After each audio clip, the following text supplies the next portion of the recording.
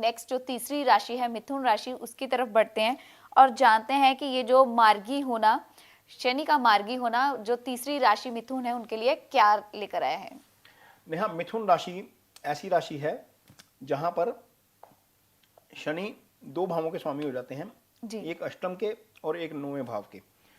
और मिथुन राशि के जातक ऐसे होते हैं जिनको लाइफ में बहुत मुश्किल से शनि आते हैं, बहुत मुश्किल से, या तो बिल्कुल स्टार्टिंग में आ जाएंगे या बहुत मुश्किल से आएंगे। वैसे एक पुष्य नक्षत्र जो होता है वो आता है कर्क राशि में, तो स्टार्टिंग में उनको आता है, तो इनको तो शनि बहुत मुश्किल से आएंगे। मीन आएंगे तो बिल्कुल अर्ली आ जाएंगे। मान लीजिए इनका जन्म गुरु के नक्षत्र में हुआ है तो स्टार्टिंग में ही शनि निकल जाएंगे।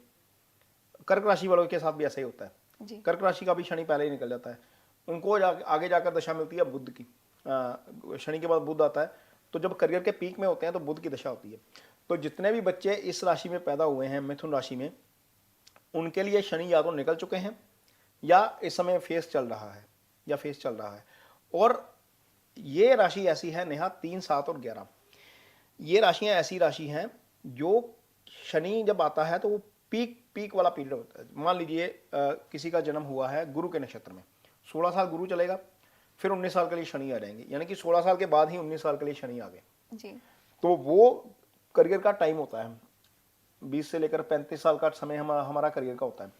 मान लीजिए उससे भी पहले मंगल की दशा में बच्चा पैदा हो गया, मंगल के भी दो नक्षत्र इस राशि में आ जाते हैं, एक आधा नक्षत्र आ जाता है, तो मंगल के पहले 3-4 साल मिल गए, फिर गुरु के 16 साल मिल गए, उसके बाद शनि आता है। तो जब करियर का पीक आता है ना, तो शनि इनके लिए चल रहा होता है। तो शनि 3, 7 और 11 राशियां जो है उनके लिए करियर में पीक में शनि आते हैं। तो यहां पर यदि आपकी एज ये है तो आपके ऊपर शनि चल रहा है, निश्चित तौर पर शनि की महादशा चल रही है। और शनि आपकी कुंडली में अष्टम के भी स्वामी बनते हैं और भाग्यस्थान के भी स्वामी बनते हैं। तो निश्चित तौर पर चूंकि दशा अष्टमेश की चल रही है तो आपको थोड़ा सा सावधान रहना है। कहां पर? ड्राइविंग के समय। ड्राइविंग प्लीज स्लो करिए। एज में जब आप एज में यंग होते हैं तो आप में जोश होता है और वो मंगल के कारण होता है, और आप जोश में कई बार नेहा दुर्घटना हो जाती है। हमने बहुत सारे ऐसे केसेस देखे हैं, माँ बाप ने गाड़ी ले दी, 200 की स्पीड में भगाई और बाद में पता लगा कि पैसे भी गए, गाड़ी भी गई और बंदा भी गया।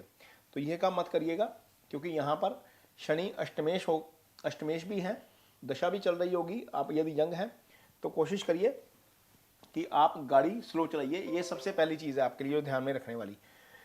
दूसरा, नेहा शनि भाग्यस्थान के स्वामी होकर भाग्यस्थान में आकर बैठ गए जी। ये बहुत अच्छी स्थिति है, ये बहुत अच्छी स्थिति है। और यहां पर मार्गी हो गए। दशानाथ का मार्गी हो जाना मिथुन राशि के उन जातकों के लिए जिनके ऊपर इस समय शनि की महादशा चल रही है, आपको बहुत अच्छे फल देगा। कोई भी काम आप करेंगे, किसी भी तरह का आप काम करेंगे, क्योंकि वो कुंडली का सबसे पवित्र स्थान यानी कि सबसे अच्छा भाव 9वां भाव होता है, वहां पर आकर प्लैनेट बहुत अच्छे फल करते हैं। हालांकि नेहा शनि का गोचर जो है वो शास्त्रों के मुताबिक 9वें भाव का गोचर शुभ नहीं कहा गया, लेकिन अशुभ भी नहीं है, अशुभ भी नहीं है। यदि शनि चल रहा है आपकी कुंडली में तो निश्चित तौर पर चल रहा होगा और चल रहा है। और शनि ने आपकी कुंडली में अष्टक वर्ग में, अष्टक वर्ग एक ऐसा चार्ट होता है जहां पर हमें पता लग जाता है कि गोचर आपके लिए कैसा रहेगा। उसके मार्क्स अच्छे हैं शनि के, तो निश्चित तौर पर आपको उसका बहुत अच्छा फल मिलेगा। आप सिर्फ कर्म का ध्यान रखिए। आपने कर्म क्या करना है, आपने कर्म अच्छा किया और उसका फल आपको गारंटेड अच्छा आएगा। नेहा, बहुत सारे लोग हैं जो दिन रात प्रयास करते रहते हैं लेकिन फल नहीं मिल पाता। वो पोजीशन होती है शनि की, उनकी पोजीशन अच्छी नहीं होती।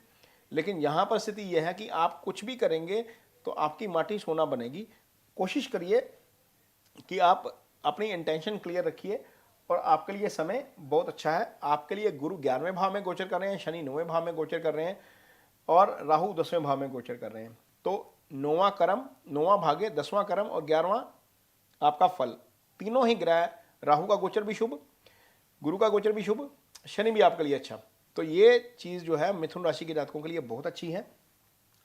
करोड़पति बनाने वाली है या नहीं, वो एस्ट्रोलॉजी हमें नहीं आती जी। क्योंकि बहुत सारे वीडियोस देखे होंगे जिसमें लिखा है कि करोड़पति बन जाएंगे, लॉटरी लग जाएगी। ऐसा नहीं होगा, कर्म करेंगे तो ही फल मिलेगा। लेकिन शनि की दृष्टि कहाँ पर जा रही है? तीसरे भाव के ऊपर नेहा, सीधी। तो सिबलिंग्स के साथ रिलेशनशिप को लेकर हो सकता है कि कहीं ना कहीं कोई दिक्कत आ जाए।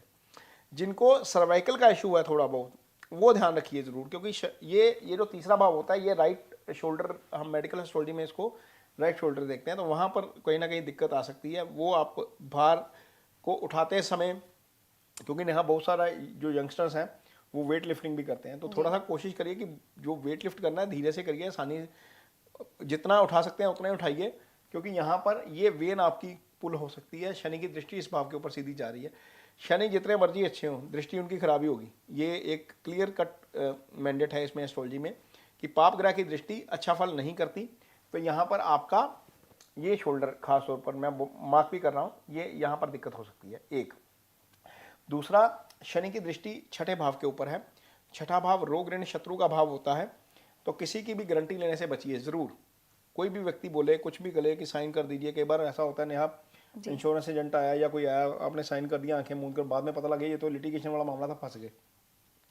तो किसी भी चीज़ के ऊपर साइन नहीं करने, किसी की गारंटी नहीं लेनी, किसी को पैसा उधार नहीं देना। पैसा उधार दिया तो आपका पैसा फंस जाएगा और फिर लंबे समय तक वापस नहीं आएगा, क्योंकि शनि की दृष्टि यहाँ पर ही रहेगी अब अगला 1.5 साल। तो यहाँ पर कोशिश करिए कि किसी की गारंटी मत लीजिए।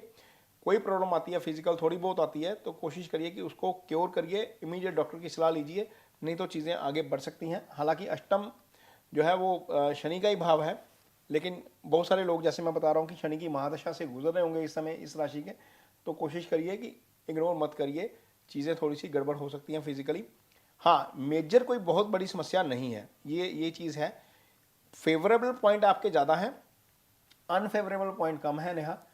11वें भाव के ऊपर शनि की दृष्टि है, हो सकता है कि वहाँ पर आपको यदि प्रमोशन मिलना है तो वो थोड़ा सा डिले हो जाए, लेकिन मिलेगा ज़रूर, ये चीज़ है। क्योंकि चंद्रमा से 11वें गुरु है, तो गुरु भी अपने प्रभाव करेंगे। हालांकि गुरु जिस भाव में बैठते हैं उस भाव की हानि करते हैं, जहाँ पर उनकी दृष्टि होती है वहाँ पर फल अच्छा करते हैं।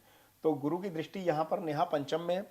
ये भाव, ये ग्रह आगे निकल जाएंगे। जो हमें क्वेश्चन आनंदी वाला आया था कि क्या संतान आ सकती है, तो इस भाव में संतान भी आ सकती है। मिथुन राशि के जातकों के लिए नेहा गुरु की दृष्टि के कारण शादी भी हो सकती है, संतान भी आ सकती है। गुरु की दृष्टि तीसरे भाव के ऊपर है, वहाँ पर आप करेज के साथ काम करेंगे, डिटर्मिनेशन के साथ काम करेंगे, पूरी कन्विक्शन के साथ काम करेंगे। तो पॉजिटिव पॉइंट आपके ज़्यादा है। इस जो प्लानिटरी ट्रांजिट है उसमें जो बदलाव हुआ है, वक्री से मार्गी हुए हैं, नेगेटिव कम है। लेकिन जहाँ पर नेगेटिव है वहाँ पर आप ध्यान जरूर रखिए, ड्राइविंग स्लो करिए, वेट लिफ्ट करते समय ध्यान रखिए, और आप एक चीज़ ये वाला कर्ज मत दीजिए, किसी को पैसा मत दीजिए, किसी की गारंटी मत लीजिए। ये चीज़ें आप ध्यान में रखिए, अदरवाइज आपके लिए समय अच्छा है। हाँ, नेगेटिव मत सोचिएगा, क्योंकि केंद्रीय प्रभाव आपका भी नेगेटिव है। नेहा यहाँ पर देखेंगे तो राहु केतु केंद्र में है, इस केंद्र में पॉजिटिविटी देने वाला कोई ग्रह नहीं है। गुरु बाहर है, बाहर ही बैठे रहेंगे, यहाँ पर अंदर नहीं आएंगे इस केंद्र में, तो केंद्रीय प्रभाव नेगेटिव रहेगा। यदि कोई चीज़, कोई बात होती है, किसी के साथ कम्युनिकेशन, मिसकम्युनिकेशन होता है, तो कोशिश करिए कि उसका पॉजिटिव मतलब निकालिए। नेहा कई बार क्या होता है, हम सामने वाले को फ़ोन करते हैं, फ़ोन नहीं उठाता सामने वाला जी, एक बार किया नहीं उठाया, दूसरी बार किया नहीं उठाया, हम ये सोच लेते हैं सामने वाला बंदा नजरअंदाज कर रहा है जी, ओवरथिंक कर लेते हैं। हाँ, ओवरथिंक करते हैं। हम ये कभी नहीं सोचते कि सामने वाला बंदा बिजी हो सकता है, मीटिंग में हो सकता है, उसका मोबाइल उसके पास नहीं हो, साइलेंस पे लगा हो सकता है, चार्जिंग पे कहीं पर पड़ा हो सकता है। ये हम कभी नहीं सोचेंगे, हम यही सोचेंगे यार मेरा फ़ोन नहीं चुका, what the hell he is, है ना। तो ये नहीं सोचना है, नेगेटिव प्रभाव आएगा, लेकिन इसको पॉजिटिव में लेकर जाने की कोशिश करिए। यदि ये करेंगे